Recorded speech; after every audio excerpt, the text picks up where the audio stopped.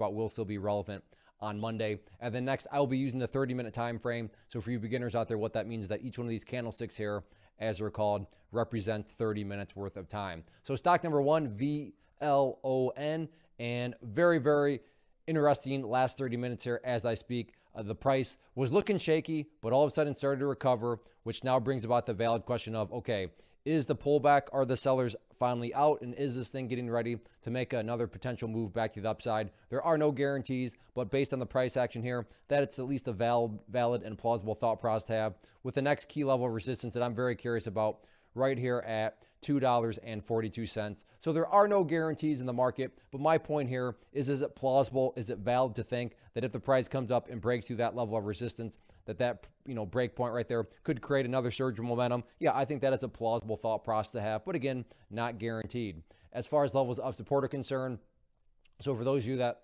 let's change that up. For those of you that like to play pullbacks, key area that stands out to me as a potential area of support right down there around $1.95. But all in all, definitely a very crazy last 30 minutes here, and I think a lot of people will be watching it come Monday. Next one, UVXY, and this is I was just going to say a stock, but technically it's an ETF, but it's a way to make money if you think that the markets are going to continue to fall next week. Clearly, the market's had a disastrous day today, and that is why this one is kind of a goofy looking chart in the sense of it essentially just went straight up all day long. So if you are somebody that's saying, yeah, I think things are going to get just even more ugly, then this is one that could still allow you to make money even if the markets are falling down. So the main area of resistance that I think a lot of people will be watching next week, and rightfully so, is going to be right up here around, bring this down here a bit. What is that? $15.60. Now, this is just more of a general area, but what I'm trying to encapsulate here is that for quite a while, as you see, the price has been kind of stuck in this bigger uptrend, or excuse me, not uptrend, but this bigger channel right here. And now it is certainly approaching that general area of the top of the channel, which brings about the more than valid question of, can this actually get a break outside of this range that it's been stuck in for the past several weeks? And like I said, if you're somebody that's thinking that the markets are going to continue to collapse, well, then there's really no question about it. If the markets do continue to collapse, it's only a matter of time before, this does get a break to the upside. But there's no doubt about it that after today, I mean, like I said, a very odd looking chart in the sense of, it just went up and up and up and up and up. So does this continue into next week? We'll have to see.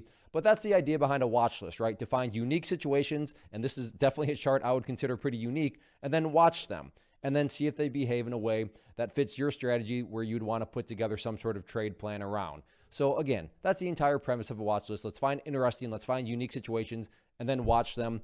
So if you find this as unique as I do, then I definitely put this one on the watch list for next week. Next one, CYN, did this analysis previously, and that's where this resistance area came into play. But you can see price finally got a good solid break of that area earlier on in the day, right around there. Came back down, beautiful back test, and then up it went. So on that note of the back test, that's where the first update needs to come into play, and that is just based on a foundational rule in charting, which states when levels of resistance are broken and closed above, you want to see them act as support. So $2.20 now going to be, the ideal level of support moving forward. Ideal meaning, if you're to ask, hey Clay, what would make this chart look the absolute best? And yeah, ideally speaking, if the price could stay above $2.20, that would certainly be a great sign of strength. But from the overarching standpoint, and as far as, kind of just the broad scope of things, as long as the price does stay above that purple line, that line being the 50-period moving average, keyword being moving, so that line's going to continue to move itself higher and higher. So like I said, as long as the price stays above that line, as the line itself increases higher and higher, then overall, the price is fully in the bull's favor. And then as far as areas of resistance are concerned, for this one, going to have to go